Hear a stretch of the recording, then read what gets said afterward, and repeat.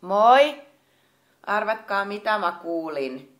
No, mun kirja on myös äänikirjana. Sitten mä mietin, että vau, että vähän hienoa, että siitä on tehty semmonen, että varmaan että lapsetkin voi kuunnella sitä tai jotakin. Sitä kirjaa voi esimerkiksikin kuunnella sellaisessa palvelussa kuin Pokpeat. Mä laitan sen tähän alle. Tähän näin sen. Siellä on semmonen, että voi 14 vuorokautta ilmaiseksi kokeilla, mutta mun lukijat voi kuukauden kokeilla ilmaiseksi sitä, koska mun kirjakin on siellä ja siellä voi kuunnella vaikka mitä muitakin kirjoja, että ei vaan mun. Niin sitten kun te rekisteröidytte sinne, niin sitten se, minulla on alennuskoodi. Klikkaatte sitä ja sitten kirjoitatte siihen alennuskoodin ja se alennuskoodin nimi on kuminyrkki.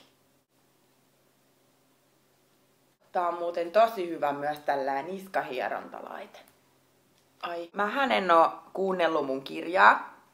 Ja sitten jossain kirjakauppahaastattelussakin, niin jos joku lukee, niin mä oon sillä Mä vaan haluaisin sit sanoa sen verran, että Ateenan äänikirja, Henriikka Rönkkönen, mielikuvituspoikaystävä ja muita sinkkuelämän perusasioita. Seksiääntelyn 2 ääripäätä. hui kun mä ihan säikähän. Miehet.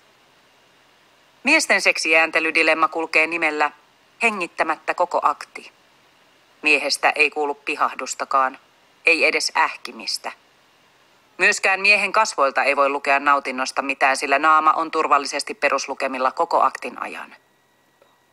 Miehen motto, minä en näytä tunteitani, siirtyy seksiin. Naisen huohotuksen lisäksi huoneessa kaikuu vain vaginan lotina ja sängyn natina. Kukaan ei voisi arvata, että siellä on myös mies.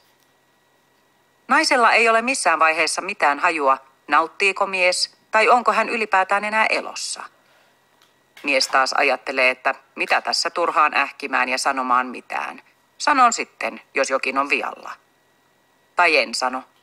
Jos sanon, en saa varmaan enää ikinä. Kukaan eikä mikään ei saa miestä edes huoahtamaan. Tai jos saa, se ei ole nainen, vaan muiston häivähdys siitä hetkestä, kun Granlund ilma veivasi. Nainen lutkuttaa munaa ja miettii mielessään, että tekeekö jotain väärin, koska mies on ihan hiljaa. Muna suussa, ajattelee mies ja tuijottaa naista lasittuneesti silmiin. Nainen yrittää tulkita, mutta ei osaa.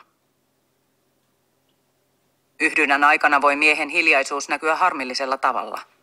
Nainen huomaa miehen lauenneen vasta, kun työnnöt loppuvat ja tämä vetäytyy onnellisena selälleen makaamaan. Naista jää vaivaamaan tämmöinen hiljaisuus, joten hän päättää ensi kerralla näyttää mallia ja huutaa kuin saatanan riivaama. Ai helvetin. Kuulin kaiken.